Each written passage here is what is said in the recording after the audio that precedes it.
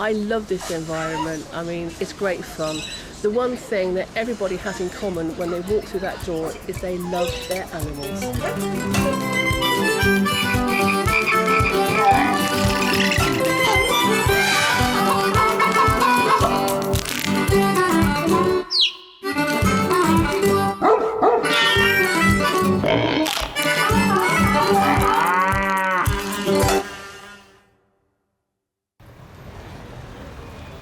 Most pet shops are quite loud because they have birds in and they're always sort of singing, if you can call it singing. And there's lots of cages. And you sometimes, if you can put your finger through the bar and tickle what's ever inside like a rabbit. At the end of the day, most of it's the U factor, the R factor, you know. That's, oh, look at that, you know. Cute little kitten. It's awful to think that we're sitting there waiting for somebody to pluck us out of the air and take us home and keep us forever, you know. But at the same time, I'm never brave enough to go and make the first move and go up to somebody and say, right, you, how about taking me home and looking after me and loving me and cherishing me? I think, yeah, go for things that are obvious. Dogs and cats and the like. I mean, there's all sorts of people. They have things in their bathrooms and all sorts, don't they? Alligators and that sort of thing. Wouldn't have it in my bathroom, I can say. Nope, wouldn't. He's called Chester, and he is very long when he stretches himself out. If you annoy me, his eyes sort of widen a bit. I don't think that I'm awful looking. I think I'm all right looking. People always say that I've got very open, honest eyes. So I think that I would be pretty nice to have around and have hanging about the place on the sofa. I don't know. A lot of old nonsense, I think, really. So, I mean, you need to spend proper amounts of money on things, but you see some of these dogs that people have about. No, I don't think you need to spend a lot on them. Dog toys, well, they love running and fetching things, so we've got balls on ropes, and lots of dogs, especially the smaller dog, like a Yorkshire Terrier, likes a squeaky toy. That's a high-pitched one, or just for a laugh, we've got ones that'll go. We went to a friend's last weekend, and this poor little hamster's in this wheel thing for its exercise. Well, it had a little car. It was a Volkswagen Beetle with a wheel in the middle, and it actually, by working the wheel, moved across the carpet. Poor old hamsters running around on the wheel. Why do they do it? Because they're as daft as a 2-bob watch, I should think. Them poor bloody hamsters thinking, I could get out of here in about 2 minutes flat. And then they find out they ain't going nowhere. Just like the rest of us. We're all on the bloody wheel ourselves, aren't we? Dogs are just stupid. People go on about how stupid as stick insects. Stick insects are the most stupid creatures in the world. I mean, look at me pretending to be a log. Isn't that clever? Oh, I'm a little twig. Isn't that great? I mean, dogs are far better than that. I think cats make good pets. There's quite a lot of cats with bad breath, though. That's what I don't like about them. Cats? Yeah. I like stick insects. I once got a train journey with me and 2 stick insects. It was brilliant. I know, and I very much like a stick insect, but not as a intellectual conversationalist. I mean, hey, have you seen my log impression? Yes. You know, doesn't go much further than that, does it? Stick insects don't have a developed vocal tract. That wouldn't happen. I think, though, dogs are stupid. I don't really like snakes. Spiders I can live with, but I've never touched a snake. I almost did, but no, they're not our thing. I feel isolated. I feel alone. I think I can hear something scraping on the outside, and I don't know what it is. I'd like there to be someone here with me. Snakes can be dangerous to other pets. They can swallow things whole, and they do eat mice and small rodents whole without chewing. Now, I like the furries and the tortoises, because I've got tortoises. I love tortoises, but they're still asleep at the moment. Sleep's really important to me. Yeah, I mean, I go through passages when I need to have a lot of it, and it's just good. I mean, man, come on. It must be, in the top 3 of everybody's list. Your bed, I mean, top 3, top 2, top 1, maybe the top. My bed, wow. Sometimes the pet, when people are looking, will actually do something to say, I'm the one you want. Here I am. You want me? I'll have me. It's like I've been sitting on a bench with all of my friends. It's like being at a dance, one by one, somebody's come up and taking them away. And then there's just me. How much am I worth? I would find it very hard to put a value on that. On a good day, I would say that I'd be worth a fair lump sum. Do I say £1 million or do I say £10 million? I don't think I'm that valuable. I think I'm worth about £142 probably. At the end of the day, if you're the right person, you can buy me for 10p. But the rest of the time, on days when maybe I'm feeling a bit grumpy and I'm sort of having an off day with people and I'm not in my normal friendly state of mind, I wouldn't pay a penny for me. I'd throw me back and choose another one. I want a price ticket on myself. No, not at all. No. I wouldn't even sell you. I wouldn't sell you either. Ah. I don't know if I worry about being left on the shelf, because at the end of the day, I've come through sort of many years of being on my own and having a really great time. And I think, well, if I was on my own, I'd just continue to live life. And if it was at this standard, I wouldn't have a lot to complain about. I've sort of been on and off the shelf, as they say, really. There's been a time when I thought I was on the shelf and then I got took off again. Everyone gets rejection in life. When you're younger, you're more able to actually cope with that, I think, and bounce back.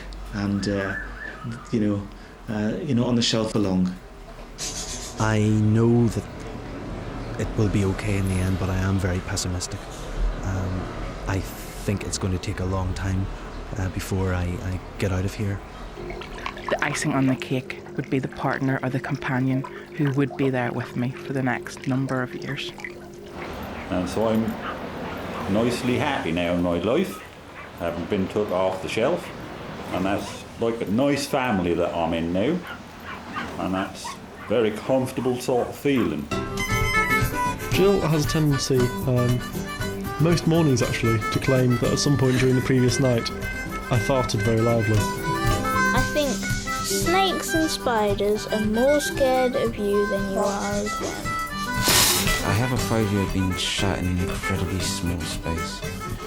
Like my ultimate, the idea of being buried alive with no space in a box. Oh man.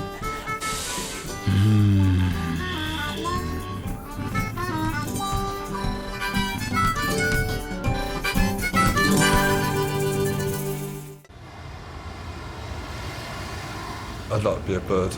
I don't know, something like an Andean condor. Lots of space, sort of... Big birds of prey, something like that. Soaring above the mountains and just looking down and looking for your dinner. Nice big albatross. No more like being reincarnated as a sparrow. And birds go... there we go.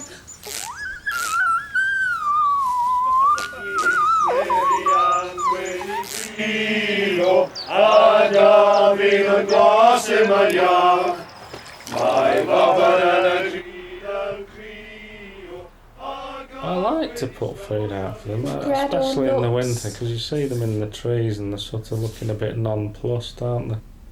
But I put one of those peanut things out recently, thinking I was doing them a good turn, and it was like 10 weeks later, there was no visible sign of any nut disappearing, and I thought, well, what's this all about?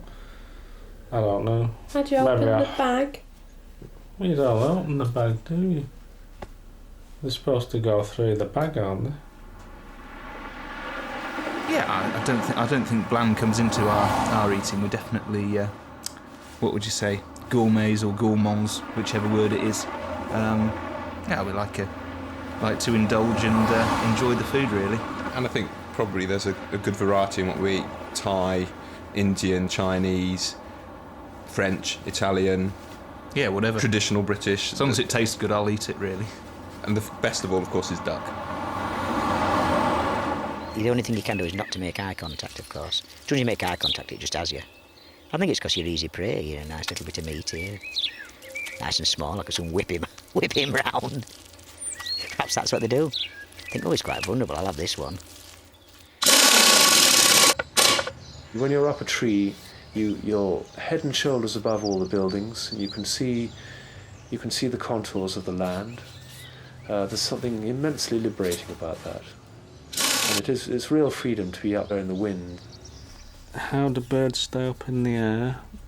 It's all to do with aerodynamics, and that's far too complicated for me to go into now.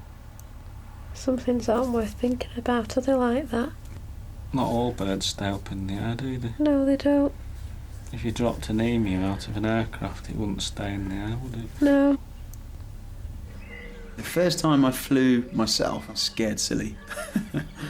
But quickly started to enjoy it. It's not short of hard work. Every single day. Something new, something different, got to keep learning. Birds stay in the air through magic. And there's all these scientists and naturalists who think they've got it sus, but it's all magic. You think it's sort of Peter Pan, do you, Ian? Sort of they have a happy thought. Is that what you're saying? Yeah, birds are happy, and that's why they can fly. It's brilliant. When you're flying down the M6, you can see truckers flash their lights when they see you. It's great. There's no better feeling, I think. It's really free. It's good. It's wonderful. It's a wonderful feeling. Yeah. You gotta limber up, you gotta loosen up. You gotta get all that. You know what I mean? You gotta warm it up before you let rip. Yes, I've never flown. Except I have jumped. I'm very brave at some things. I don't like to take off, I like to land. Me personally, I do like taking off, the pull of it, right? When you actually take off, yeah, I do enjoy that sort of thing. Taking off the surge, the acceleration, the noise, the shaking, and then, once you're airborne and everything's stabilised, perfectly all right. And obviously turbulence isn't much fun, but it's not usually anything to worry about. I've never flown in really bad weather or had a bad experience. If you've got that flying bug, then I don't think you really lose that. It doesn't matter how many times you take off into a dawn or landing at sunset. Yeah. It's just a special thing. I've got the best sense of direction. Anna's got no sense of direction. None at all, have you, Anne? No, definitely not. No, I haven't got a clue on direction, how to get there, how to get back now. No, I haven't got a clue. I could probably lose her around the block. She wouldn't be able to get back. Definitely not. Oh, well, would we say we've got a good sense of direction? I mean, we're blokes, aren't we? I mean, of course, we don't have to stop and ask for directions, ever. I mean, you never get lost, do you, blokey? I've never been lost at all in my life. I've been temporarily misplaced from time to time, but never actually lost, so I'd say I've got a pretty good sense of direction as well. Without landmarks, I'm lost. Without landmarks, I really am useless.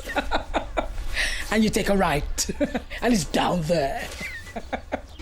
Myself personally, I don't like flying because I don't like heights. But we've never actually ever been on what I'd call a long flight now. It's been 4 hours at the most, isn't it? Yeah. How I'd fare on a 7 or 11 hour flight, I just do not know. No, I don't think I'd handle it very well at all, to be honest with you. Pigeons are vermin, man. Sky rats, what I call pigeons. You know what I mean? What we need is a few more peregrine falcons around London. Sparrowhawks. Sort them out, you know what I mean? But it's getting smaller and smaller and smaller, the areas we can go to. And yeah, it would be great just to be able to walk down London's high street, Woohoo, check me out, everybody. I'm coming past your window. Oh, that would be cool. It's not the fear of flying, it's the fear of crashing. Well, people say they're frightened of flying, but they're not really. They just feel frightened of dying. Funnily enough, I've only actually been flying about 4 times in my life. The last time I went to Italy in May, and that I found fine. I got over it, and I realised it was an irrational fear, but before that it really was like a white-knuckle ride. To be honest with you, I do have quite a few fears and phobias. I don't like heights either, but flying was a bad one for me for a while, but I'm fine with it now. I don't think I've got a fear of heights, maybe a fear of falling from a great height, but no, those being up on a high place doesn't give me the shivers. Other things do, but not heights. Yeah, I've not got a problem with heights at all. I actually fell through a couple of skylights on roofs, one at Bath Road at Brislington. I actually fell through the skylight and dropped through into the kitchen area. They weren't very happy though, not for the fact that I cut all my legs, it was for the fact that I had ruined all the dinner. He'd had a bad accident about 2 years ago. Flying one, sort of crashed into the ground, didn't you? It was quite a turbulent day, and I started spinning, and I saw the ground coming up. I was going to crash near people, and broke my pelvis off. Nasty. The pelvis broke off, and it came up and it hit the first 3 ribs. Did the ribs break as well? Yeah. They did. The pelvis broke the ribs? Yeah. Oh. Oof. Lucky to hit your head though. Yeah.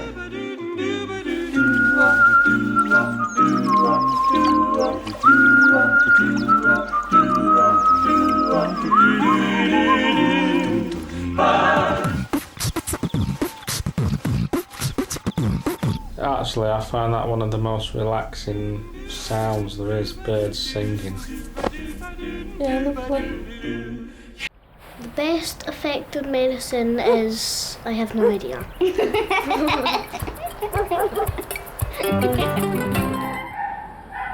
Yeah, you see, I've had a lot of things wrong with me.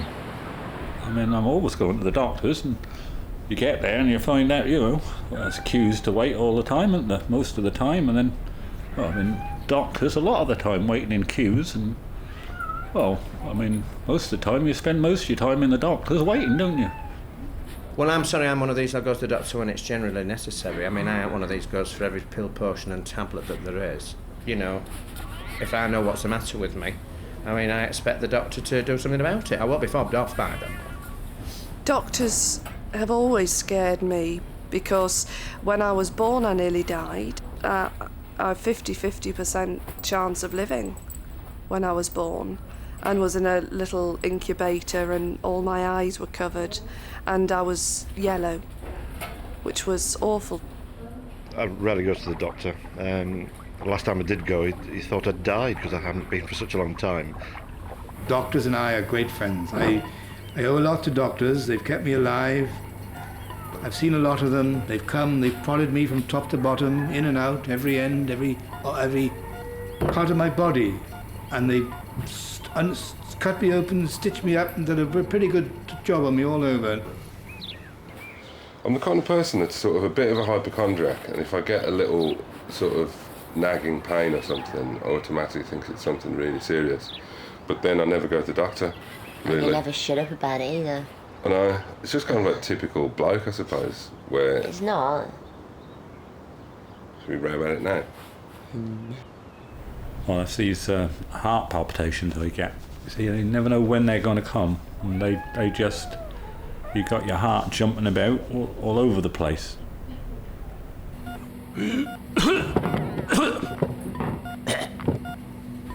Can't do with sputum, and I can't do very much with feet.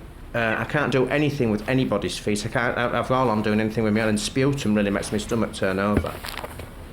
You know. I don't mind vomit.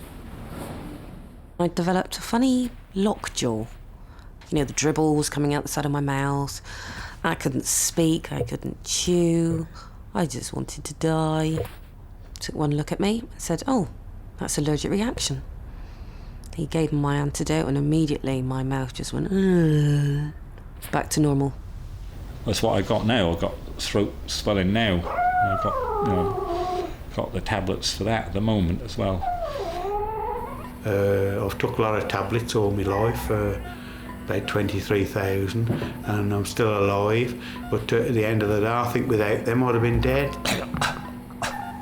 I once had my head slammed in a door. That was good. I was saying goodbye to my friend, and somebody slammed the door on my head, and it was my birthday, and I had to have 5 stitches in my head, so I've got them as well. I mean, I could have had a DVT, couldn't I, laid in bed all that time, but I mean, as I said, they gave me an anticoagulant. Anyway, I'm here to tell the story, so there's people worse off than I am, and I can walk about all right. I remember having a severe cold which didn't shift, and I shared a flat with a couple of vet students who dosed me with Famil syrup, the main active ingredient of which I believe is creosote. So I spent several days smelling like a fence post, but it did the job. You see, I've had a lot of things wrong with me. There was big problems with my eyes at one stage. I went in about my eyes on a lot of times and had to go to see specialists. And you see that, but what they do is they clamp your head in a big clamp, and they want to bounce things on your eyeballs. I had an eye operation quite a few years ago. I flew very quickly after I'd had the eye operation. Well, you can't, I couldn't be doing with that, and so I'm pulling my head out of this clamp all the time. And it was a real concern. I shouldn't have flown because it put too much pressure behind the eye. That's another occasion when they told me I could just go on my own way. So I got thrown out of there as well. I've fallen for a nurse, yeah. I fell for a nurse once. Little blonde, beautiful little blonde lady. She was quite nice, she was. Yes.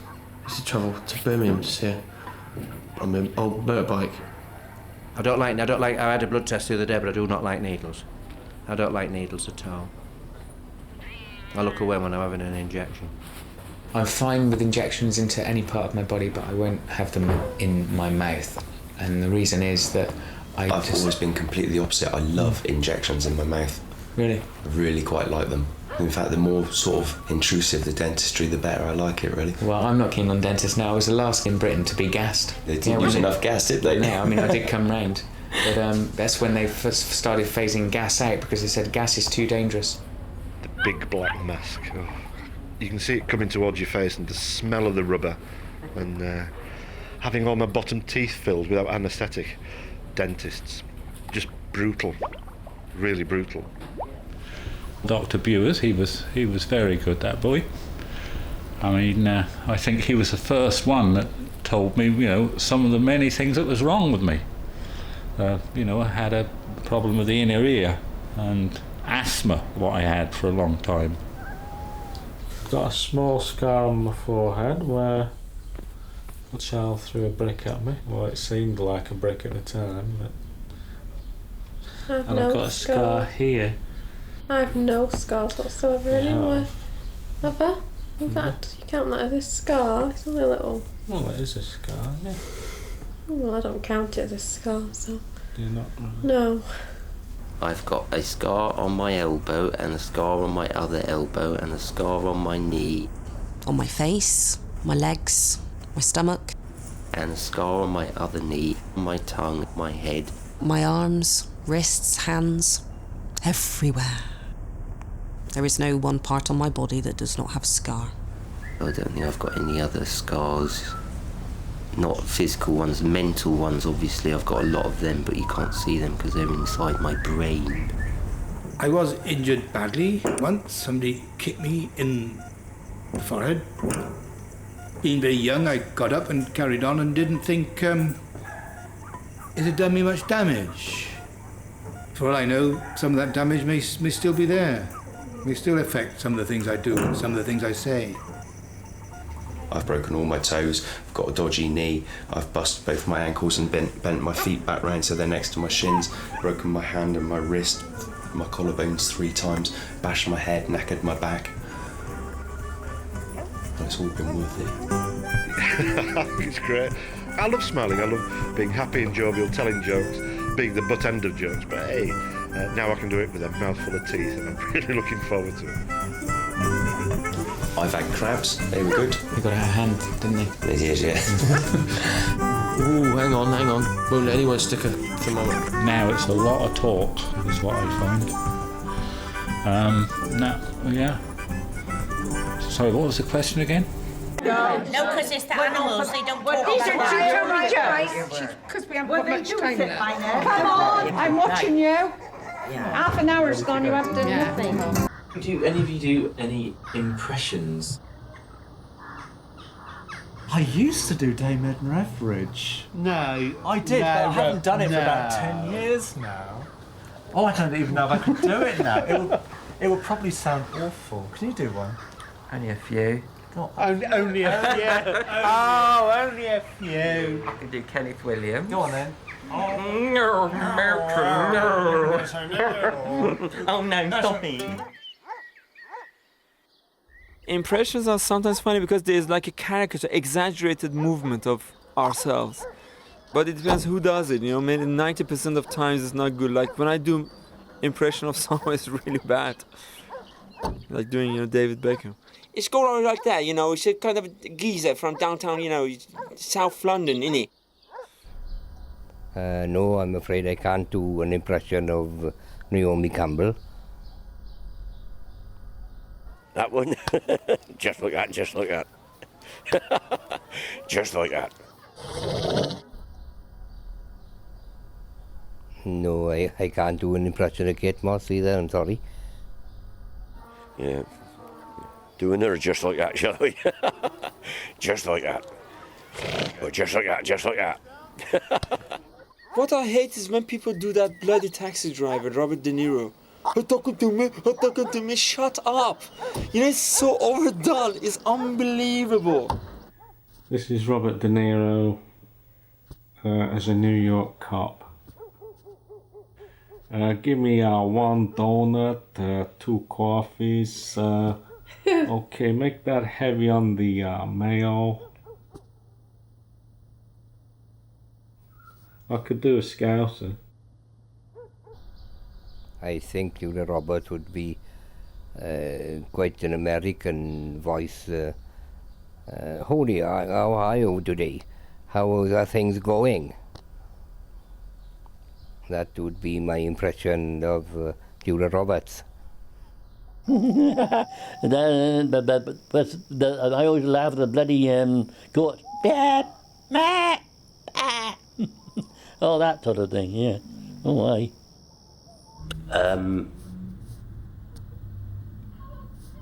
Kippers, they're good, and I think they sound like this.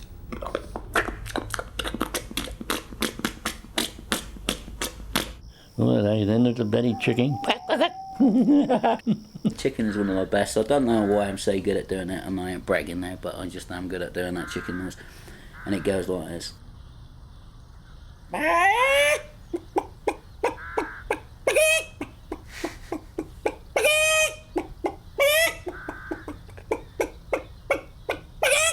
Oh, I don't really do animal sounds like that.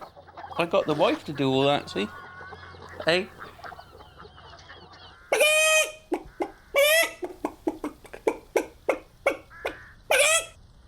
Come on, have a go. Do a goldfish. A what? Do one of they, I suppose. As long as you don't think you're kissing me like that, there's another thing going.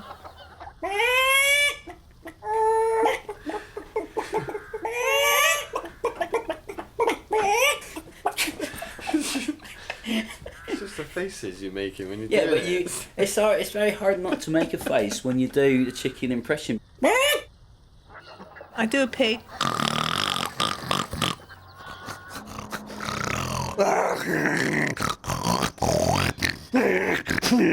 Come on, pass me a tissue, my nose is curling. Quick.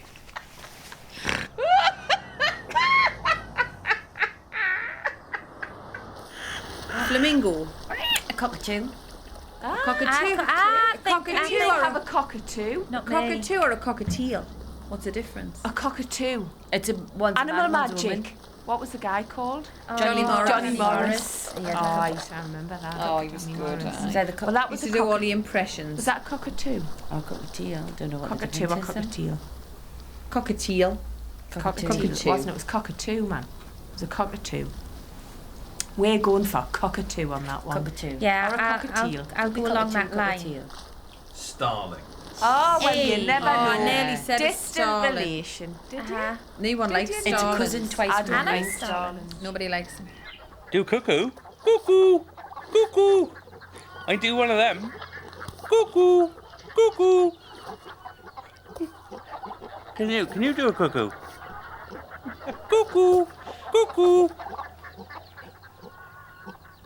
I never really tried animal sounds, have you? Cuckoo, cuckoo. Why do people do impressions?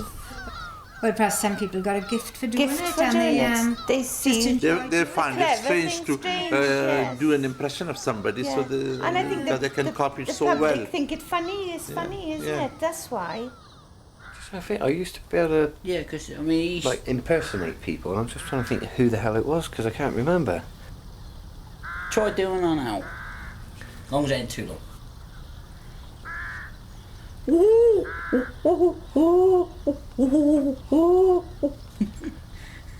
That's not bad actually, that's not bad.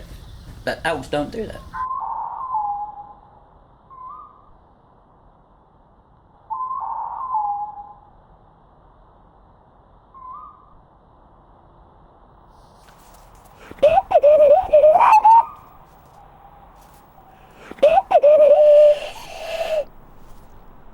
Here you go, Yes. doesn't he? Yeah. And then you think, well, what's We've it? got it. Somebody's trying to send me a signal or something. It's not a very, We have because a very everything is different one. quiet and No. I hear that. I and I like the sound of that. The one you were listening like to it, in Comdare was cuckoosh to, No, that's cuckoosh not to the pigeon. Yeah, over here.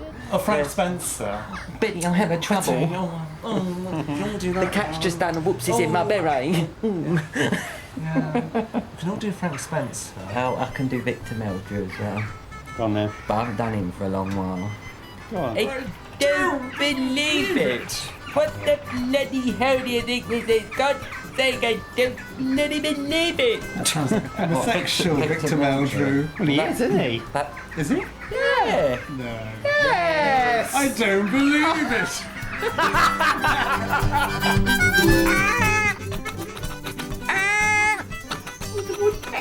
The neighbour's going to say them poor things have gone. They've gone round the It's a bend. good thing There'll be an ambulance arriving. It's taking us away. His impressions are sometimes quite cruel. Don't like it.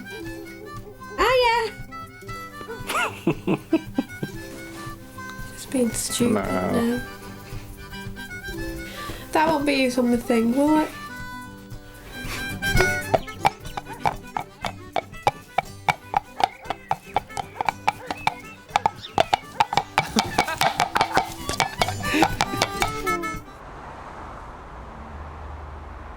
As I look down, I can see an empty beer keg standing beside a plastic bucket full of don't know what.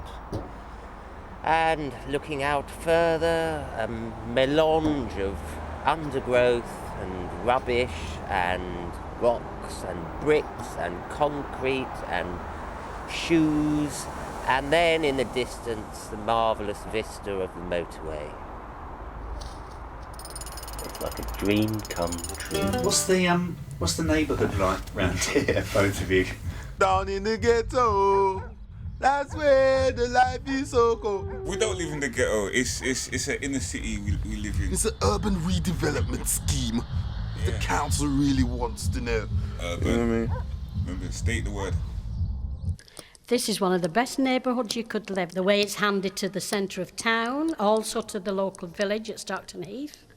So I just love living here. I have done since the first day we moved in, especially because of the people who live around here. But that's, forget that bit. I know it's not mine. It's beyond my wildest dreams because it's really upmarket. And I'm not kidding you. I would never have dreamt in a million years when I was in Newcastle. Though I would be living in a place like this. It's a lot better. much nicer. Yeah, much nicer. Lots bigger. Yeah. Lot more much room. more spacious. Yeah. More garden. It's nice to have a garden. Yeah. And dare I say it, more than one loo. Yes. My dream house would be like really modern day. There would be an elevator to go upstairs. So my feet get tired of going up to bed. I was just like, I had to keep on climbing it every hour.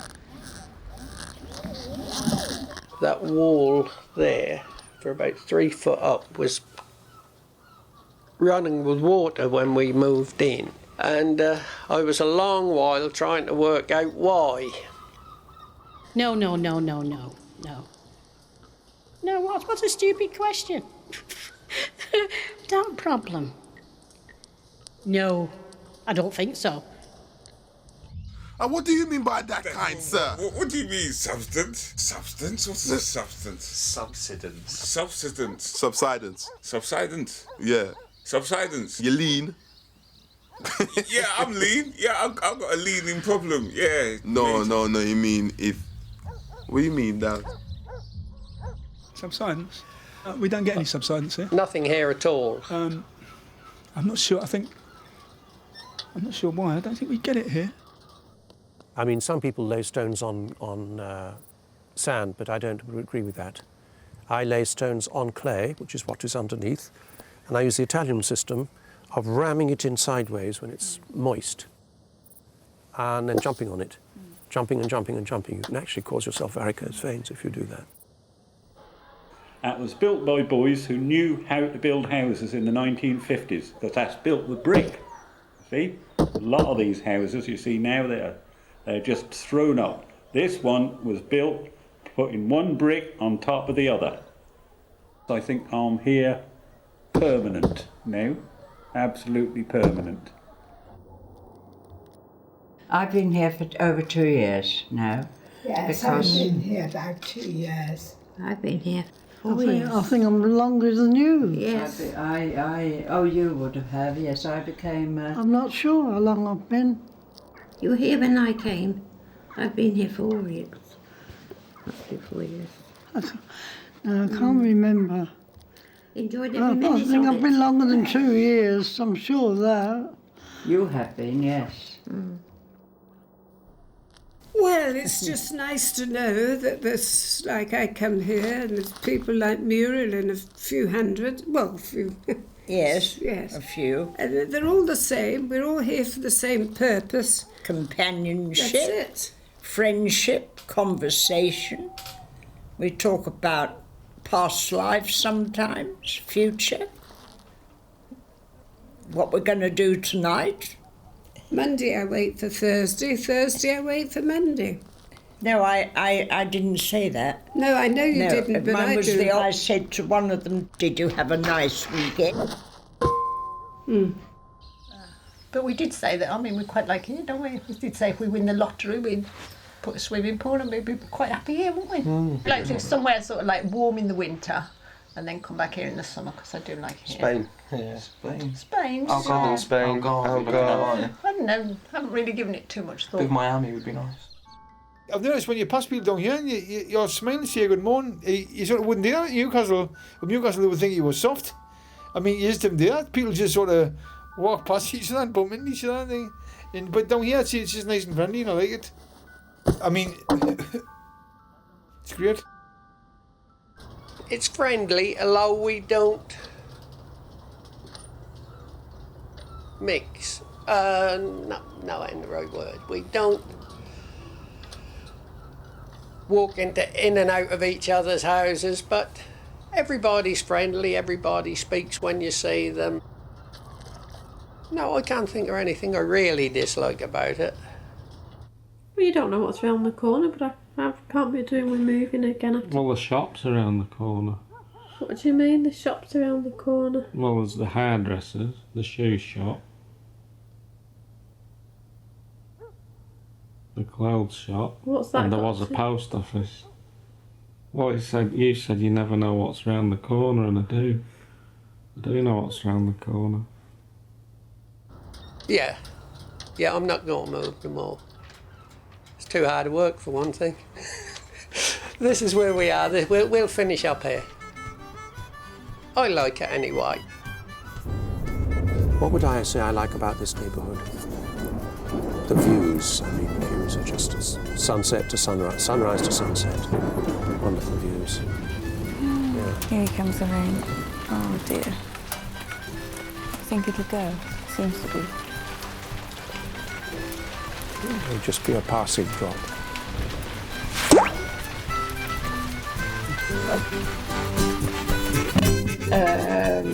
What next? bedroom with a big leak in the roof. No. Which we don't know where it's coming from because nobody's bothered to look. Because I like to call myself lucky. But having your house struck by lightning on the first day when you move in seems to me that ain't such a lucky thing.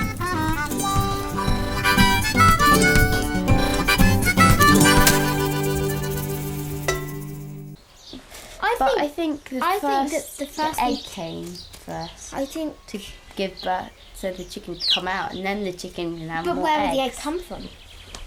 Oh yeah, but if you think about it, an egg is going to become a chicken, but it's being but then the chicken's going to be would be an egg. So if you think about chickens after the eggs, I think egg comes first. Yeah, but maybe the chicken might have come from another animal, like a rooster.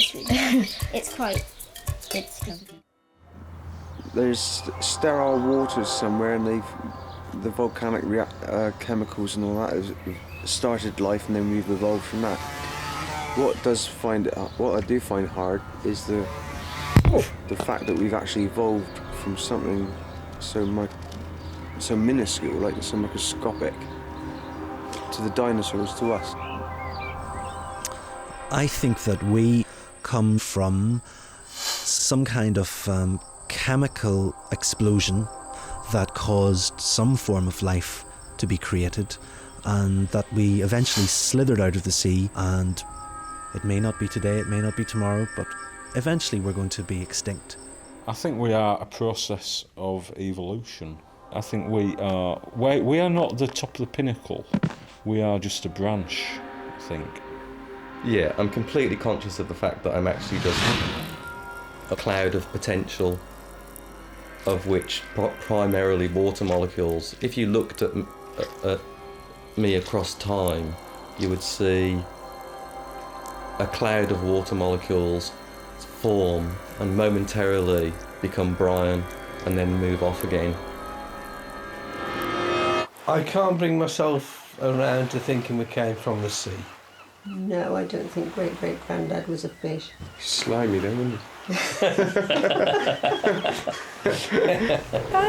Yeah, I'm sure that we came from the sea, most definitely, because it just seems, you know, when I get into water, I naturally want to start frolicking, and I think that must mean that, you know, so we came out of the sea and crawled onto land for some reason. I don't know why, and it's a shame. I think it'd be great if we all went back to being aquatic.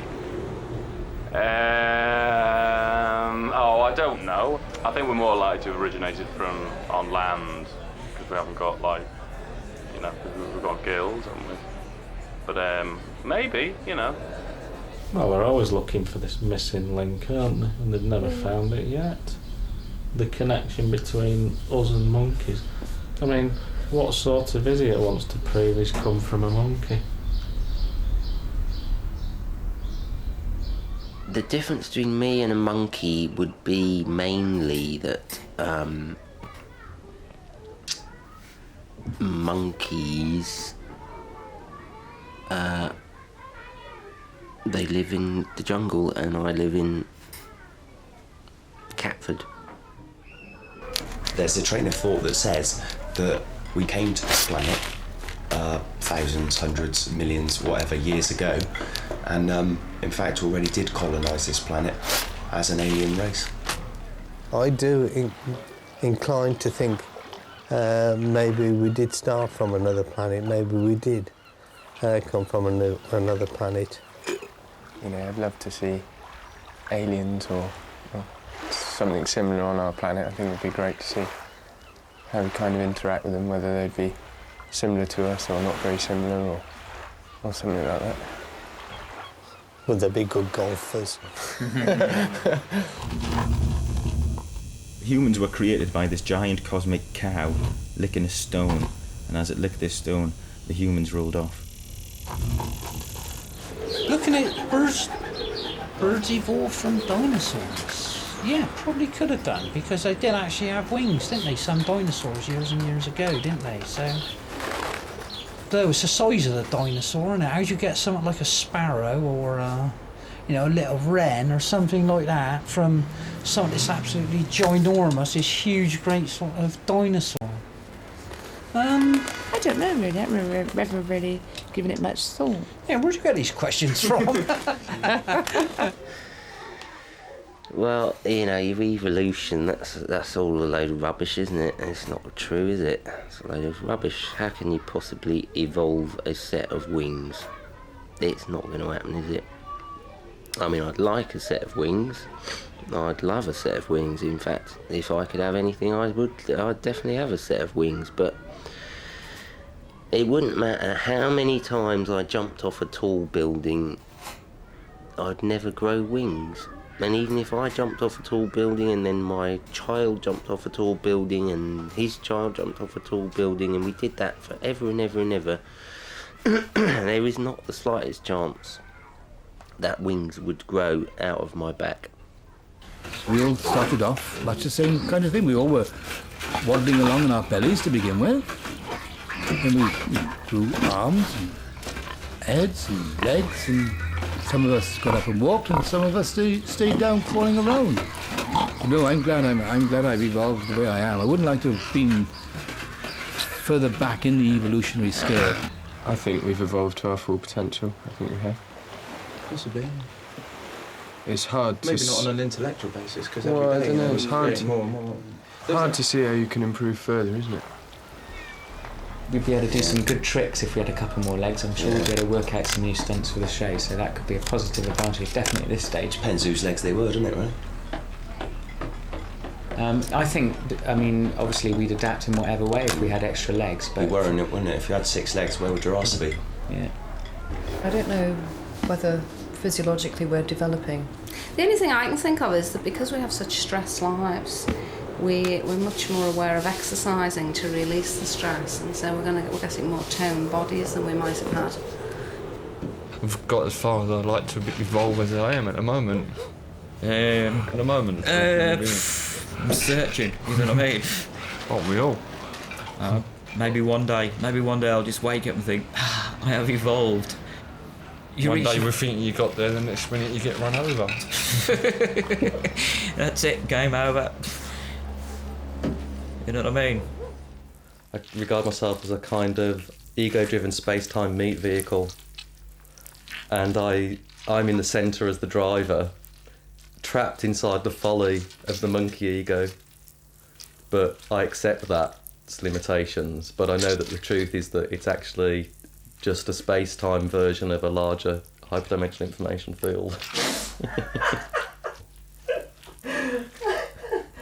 Oh, jeez. I just think, at the end of the day, it's about genetic transport. Basically, we're just hauling genomes along in a bag, which is our body, from century to century. I think that's what it's all about, folks, you know? It's noticeable we don't get cold winters anymore. They're just wet. So, we might survive a little bit.